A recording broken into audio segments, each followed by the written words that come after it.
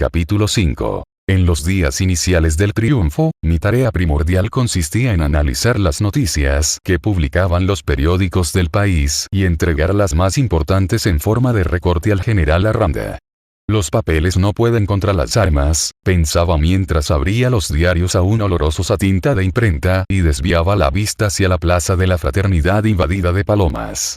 Pero un día puse más atención y leí en la primera página de Vanguardia Obrera: fusilados en el paredón de la Patria 2 connotados asesinos.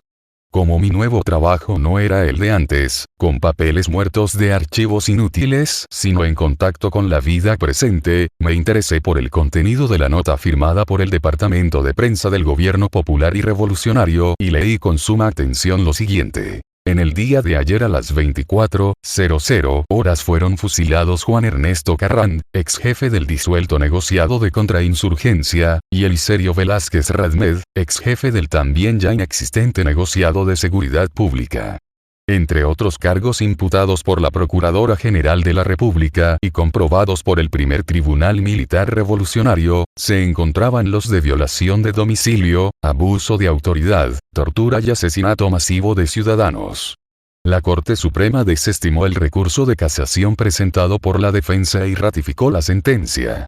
Aunque para mí los nombres de Carrand y Velázquez Radmed no habían sido nunca una amenaza, sabía que merecían esa muerte más de 100 veces. Después tomé en mis manos el ejemplar de La Voz Americana y recordé que el capitán Enrique Ortiz, cada vez que entraba a mi oficina para charlar un rato como viejos conocidos, me alertaba al despedirse: recuerda, Morejón, las noticias del periódico de Jaime Oliva hay que leerlas entre líneas, porque detrás del objetivismo que pregona se oculta el veneno.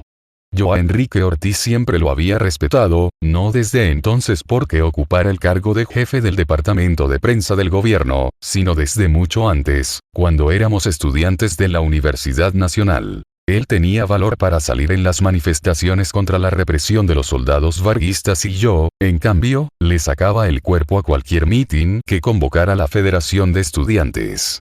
En estos casos, Enrique Ortiz era el único del aula que al día siguiente no me miraba con animadversión, sino que se acercaba a mí con su sonrisa de siempre y me decía: compatriota, en una guerra los cobardes son los primeros en morir.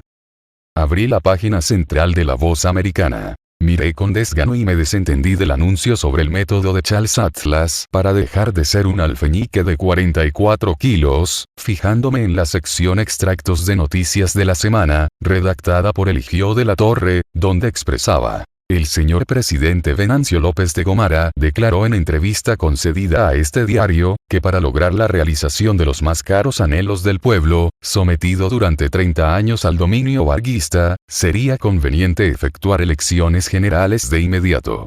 El pasado martes se produjeron disturbios en la capital, alentados por elementos extremistas de indudable afiliación comunista, cuando una muchedumbre se congregó frente a la embajada norteamericana. Nuestros reporteros no han podido averiguar la suerte del expresidente Carlos Inclán, quien no se encuentra protegido por ninguna embajada de la capital y cuyos familiares declaran desconocer su paradero. ¿Habrá sido asesinado por los soldados bajo el mando de Juan Miguel Arranda?